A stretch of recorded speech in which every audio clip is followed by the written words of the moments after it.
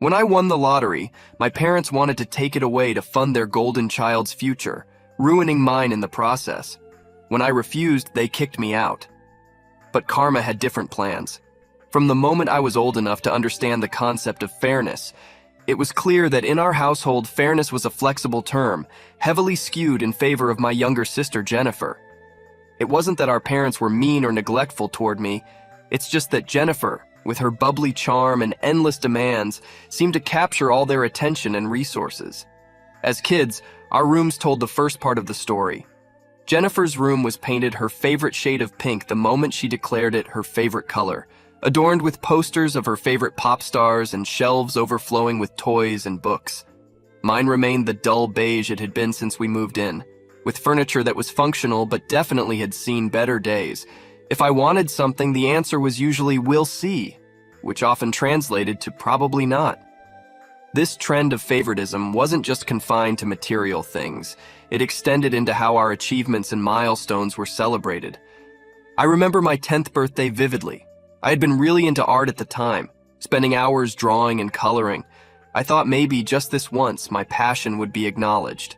Instead, I received a pack of generic colored pencils. Fast forward 2 years, and Jennifer's 10th birthday was an extravagant affair with pony rides and a custom cake shaped like a castle. Everything a kid could dream of and more. School was no different. I was a decent student, always trying my best to bring home good grades, hoping that maybe this would be the thing that would get me a bit of the praise Jennifer seemed to get so effortlessly. I made the honor roll several times in high school, each time rushing home with the certificate, hoping for a reaction that amounted to more than an indifferent "that's nice." But when Jennifer got a B+ on a test, it was as if she had won a Nobel Prize. They even took her out for a fancy dinner to celebrate, something that never happened with my academic achievements. As we grew older, the material and emotional discrepancies grew even starker. High school graduation is supposed to be a big deal for every teenager, right? When I graduated, I got a handshake from Dad and a card with $50 from Mom, which was nice but pretty underwhelming. It felt like a pat on the back rather than a celebration of years of hard work. But when it was Jennifer's turn to graduate, the whole 9 yards rolled out. A brand new car waited for her in the driveway, complete with a big red bow. That night, they threw a party that felt more like a royal banquet. Relatives I hadn't seen in years showed up, and there was so much food and laughter, the kind that had been absent during my own graduation. Living under this constant shadow of indifference, I started to feel like maybe I was the problem. Maybe there was something inherently unlovable about me, or perhaps I just wasn't meant to succeed. These thoughts took a toll, and I found myself grappling with anxiety and depression. No amount of personal achievement seemed to bridge the gap between how our parents treated Jennifer and me. It wasn't just the material things. I could get over not having the newest gadgets or designer clothes. But the emotional disparity was debilitating. I felt unseen, unheard, and fundamentally inadequate. When I found a good job that was paying good money, I broke the news to my parents. Their reaction was predictably practical. They didn't ask if I had found a nice place or if I was excited about this new chapter in my life. Instead, they saw it as a financial opportunity for themselves, immediately suggesting that I should start saving up for Jennifer's future wedding, despite her not even being in a relationship. It was always about her, about preparing for her needs and wants. They seemed to view my income as another resource to be allocated for Jennifer's benefit. I tried to protest, to explain that I had my own life and financial goals to consider. Their response was a mix of disappointment and disbelief. How could I be so selfish? Wasn't family supposed to come first? The guilt was immense. Years of being conditioned to put Jennifer first made it incredibly hard to advocate for myself. But deep down, I knew that if I didn't start setting boundaries now, I would never be able to lead the life I wanted. So I made a plan. I would contribute a small amount to this hypothetical wedding fund to keep the peace, but I would also start saving secretly for my own dreams. I had always wanted to start my own business, a niche apparel company for little girls, focusing on frocks and dresses. It was a dream I had harbored for years, and with my new job, I finally had a chance to make it a reality. If only I could navigate the financial and emotional minefields that came with my family dynamics. As much as I'd like to say things got better as Jennifer and I got older, that just wouldn't be true. The favoritism that marked our childhood only seemed to intensify with each passing year, especially as we moved into those big milestone moments that every family likes to celebrate. But in our house, some celebrations were more equal than others. Jennifer's Sweet 16 was a spectacle right out of a movie. Our backyard transformed into a fairy tale garden with twinkling lights strung from every possible point, a DJ blasting the latest hits, and a buffet spread that could feed an army. Friends, family, and practically half the school turned out for what had been dubbed the event of the year. I remember watching her blow out the candles on her massive 3-tiered birthday cake, surrounded by a crowd of adoring guests. It was her moment, her day. Everyone said so, and they weren't wrong. 2 years earlier, my own 16th had passed with considerably less fanfare. I got a happy birthday in the morning, a pat on the back from Dad, and a new book. Don't get me wrong, I love to read, and it was a good book. But there was no party, no gathering of friends and family. It was just another day in the life of the less favored child. I remember feeling a mix of relief and disappointment. Relieved because I didn't have to face the potential embarrassment of a poorly attended party, but disappointed because, well, it would have been nice to feel special, even just for a day. The pattern repeated itself when it came time for college decisions. I had applied to a few places and got accepted into a decent state school. I was proud of myself, considering I managed the application process on my own without much guidance. When I told my parents, they nodded and offered a tepid, "Congratulations." That was the extent of it. There was no celebration, no family dinner out. I was expected to figure out the logistics and finances on my own, which I did, by taking on more hours at my part-time job and securing a small loan. Jennifer's college acceptance, however, was a different story entirely. She applied to one of the most prestigious private universities in the country, her dream school. When the acceptance letter arrived, it was as if she had single-handedly cured a global pandemic. The celebrations were immediate and extravagant. My parents threw a huge party, the same day the letter came, with champagne and a fancy cake proclaiming, "Congratulations, Jennifer." Relatives I hadn't seen since Jennifer's Sweet 16 poured into our house, bringing gifts and praising her achievement as though she had leapt over the moon. Throughout the party, I stood on the sidelines, watching the spectacle and feeling like a ghost in my own home. No one asked about my plans, my college, or how I felt. It was all about Jennifer, always about Jennifer. I remember retreating to my room early that evening, feeling a familiar sting of tears that I quickly wiped away. It wasn't just the lack of attention that hurt. It was the profound sense of isolation within my own family, the unshakable feeling of being perpetually second best, no matter what I did. College life offered me the anonymity and fresh start I craved. Here no one knew Jennifer, and I wasn't overshadowed by her accomplishments. I made friends, joined clubs, and even started dating a little. For the first time, I felt like I was more than just Jennifer's older sibling. I was my own person, with my own interests and ambitions. Despite the newfound freedom and personal growth, the inequity at home never fully left my mind. Each phone call with my parents somehow looped back to Jennifer's college experiences, her new friends, and the exciting opportunities she was exploring. My own updates were met with polite but disengaged responses. It was clear that my college adventures, no matter how enriching or successful, would never hold the same weight. Navigating this dynamic was a balancing act. On one hand, I wanted to pull away, to shield myself from the constant comparisons and disappointments. On the other, I still longed for my parents' approval and love, as elusive as they seemed. This internal conflict was a constant companion throughout my college years, a reminder of the complicated family ties that bound me, even as I tried to stand on my own. As graduation neared, I braced myself for another round of unequal celebrations. I planned a small dinner with friends to mark the occasion, knowing better than to expect any grand gestures from home. It was bittersweet, acknowledging how far I had come despite the lack of support, but also realizing that in my parents' eyes, I might never measure up to Jennifer, no matter what I achieved. But I was learning, slowly and painfully, that perhaps I didn't need to. After graduation, the real world hit me like a ton of bricks. I was armed with a degree and a boatload of ambition, but also the stark realization that I was pretty much on my own. My parents had made it clear during college that they expected me to be self-sufficient, which was fair to a degree. I didn't mind the independence. In fact, I craved it after years of living in Jennifer's shadow. But what I hadn't anticipated was the weight of financial expectations they would place on me, not for my own future, but for Jennifer's. I landed my first real job about 3 months after graduation. It wasn't glamorous, just a basic entry-level position at a local marketing firm. But it was a foot in the door, and I was determined to work my way up. The pay was decent.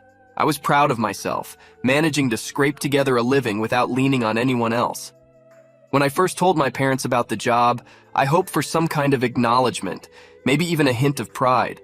Instead, their reaction was muted, almost as if they expected more. "That's nice, dear," was the extent of their enthusiasm. There was no congratulatory dinner, no celebratory phone calls, just a brief acknowledgement before the conversation shifted back to Jennifer, as it always did.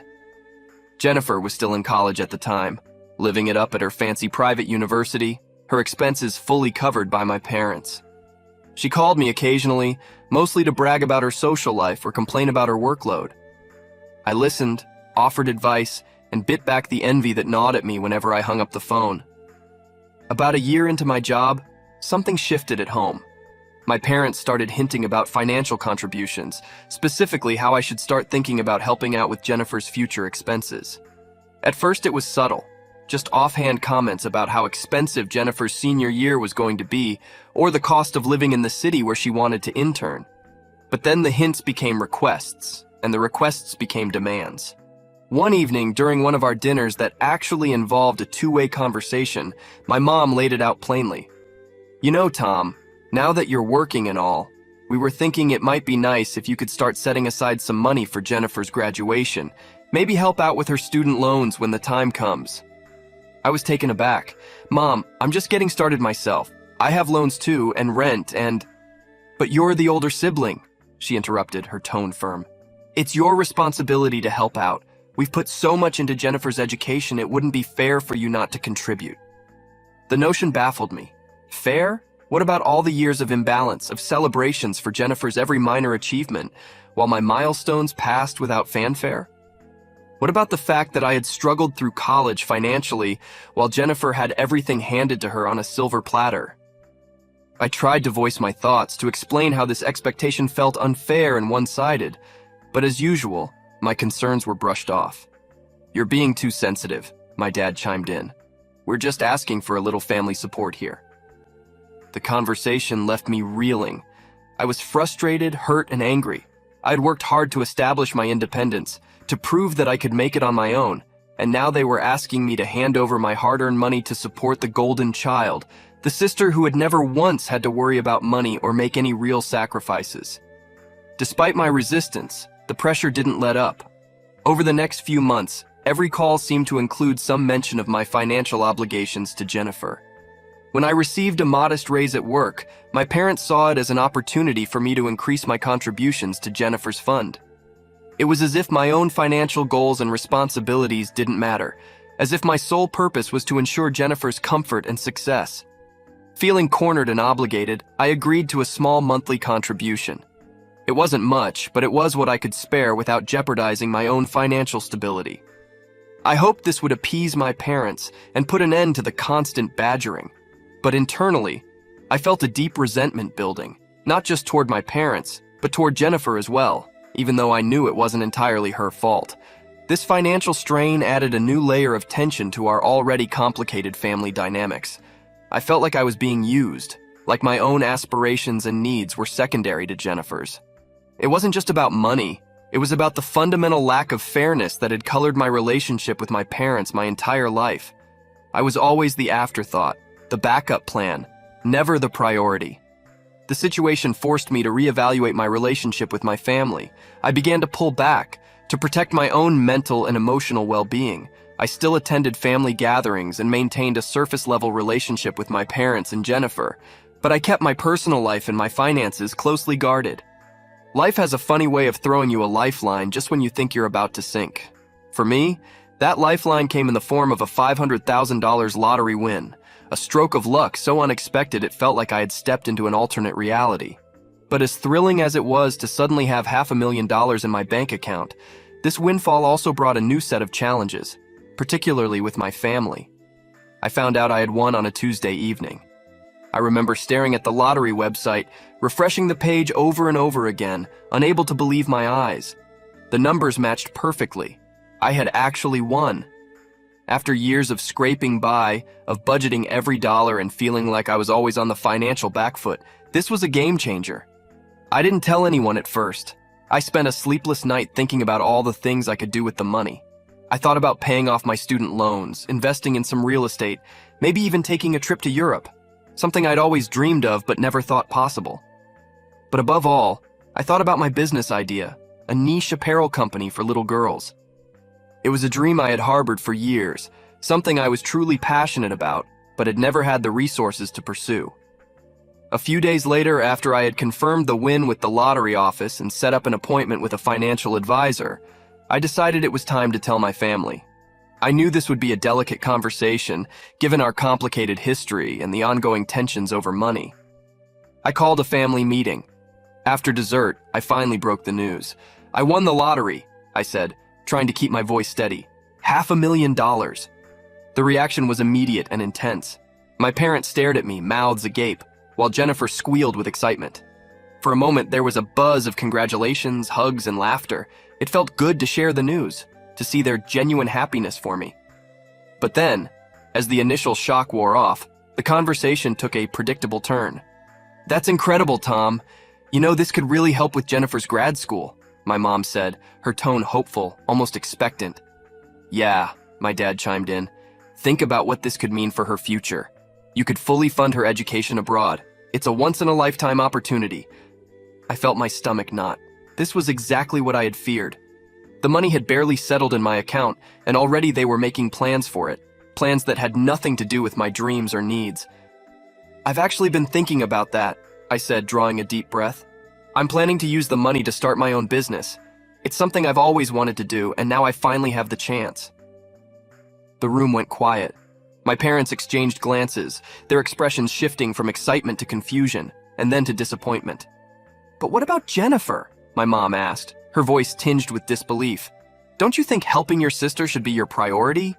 I could feel the old guilt creeping in, the familiar pressure to put Jennifer's needs above my own.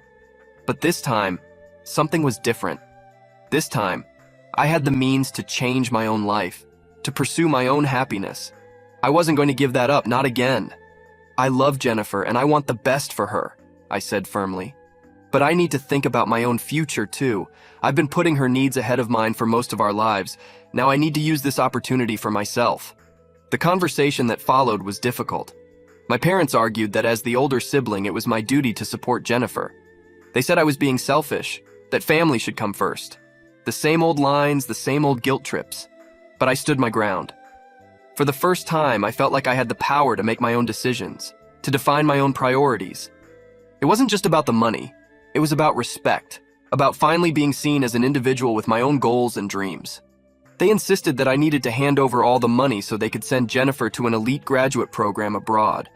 Apparently, she'd always dreamed of studying in Europe, and this was my chance to make it happen. I was stunned.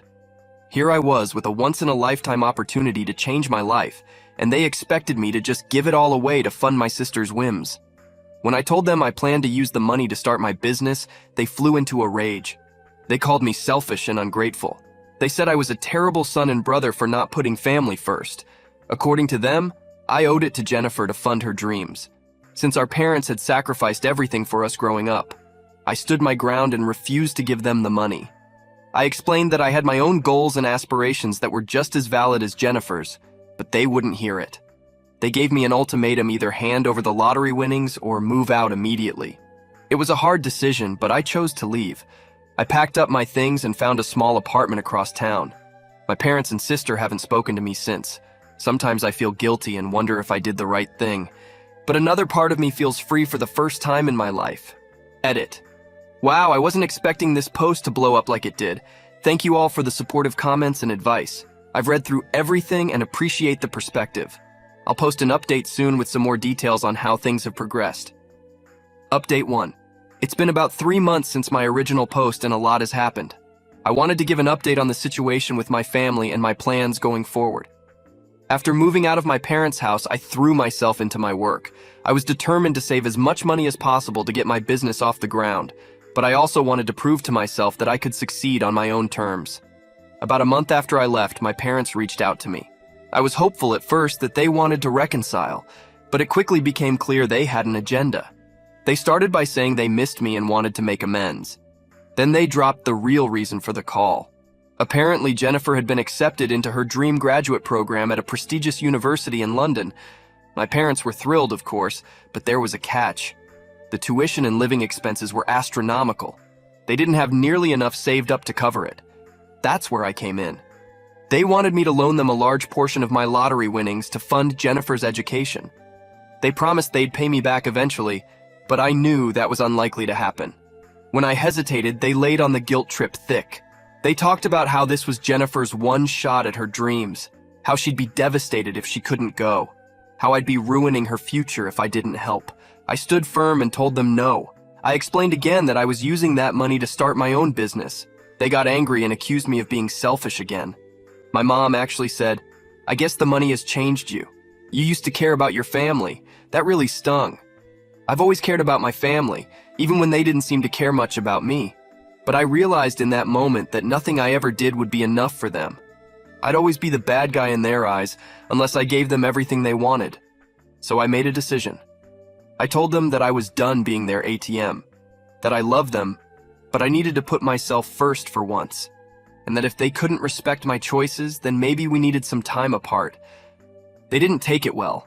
There was a lot of yelling and crying. My dad said I was dead to him if I didn't help Jennifer. In the end, I had to hang up on them mid-tirade. It was one of the hardest things I've ever done. After that call, I blocked their numbers for a while. I needed space to process everything and focus on my goals. I threw myself into planning my business launch. I did tons of research, networked with other entrepreneurs, and started putting together a solid business plan. About a month ago, I took the plunge and quit my day job to focus on my company full-time. It was scary, but also exhilarating. For the first time in my life, I felt like I was truly in control of my future.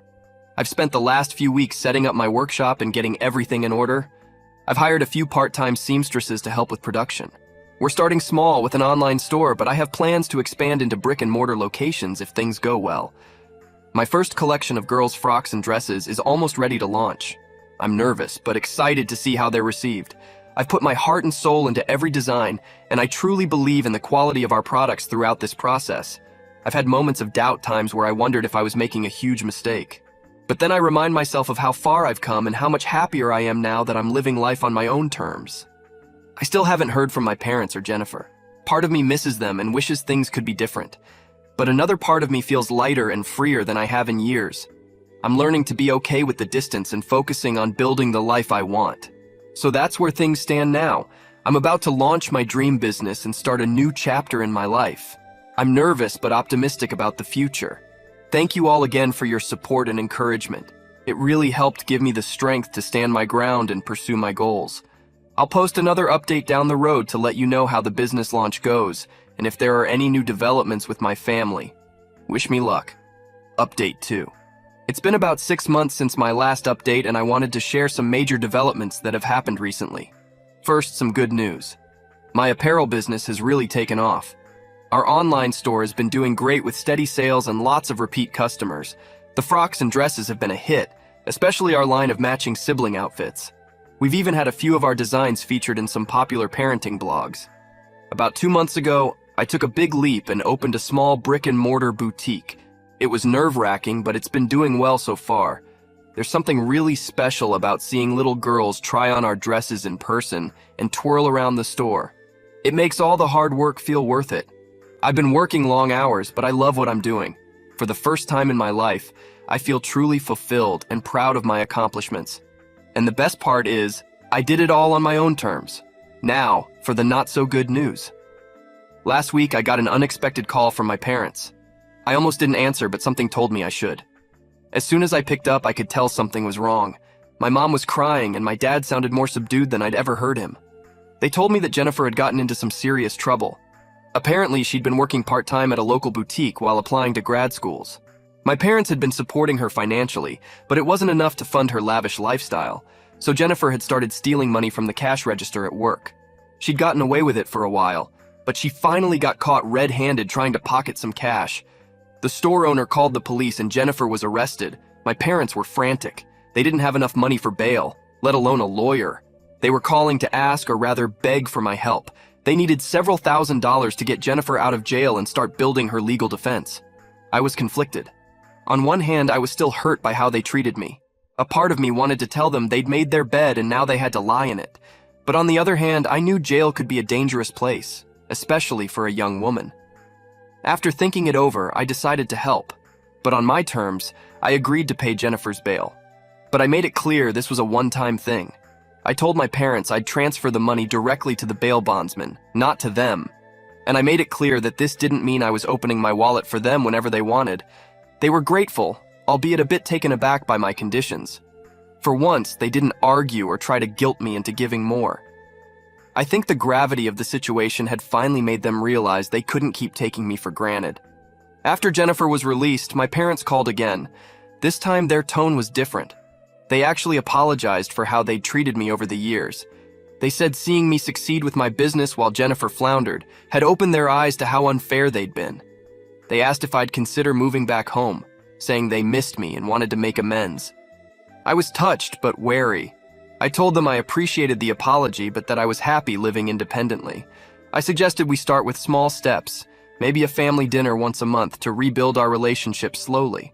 They agreed, seeming to understand that they couldn't just expect things to go back to normal overnight. We've had 2 dinners so far, and while things are still a bit awkward, it feels like we're making progress. As for Jennifer, she's facing some serious charges. My parents are scrambling to find her a good lawyer. They haven't asked me for more money, which I appreciate. I hope this serves as a wake-up call for her to get her act together. So that's where things stand now. My business is thriving. I'm cautiously rebuilding my relationship with my family, and I'm feeling more confident and self-assured than ever before. It hasn't been an easy road, but I'm proud of how far I've come. Thank you all again for your support throughout this journey. Your encouragement really helped me stay strong and stick to my convictions. I'm excited to see what the future holds.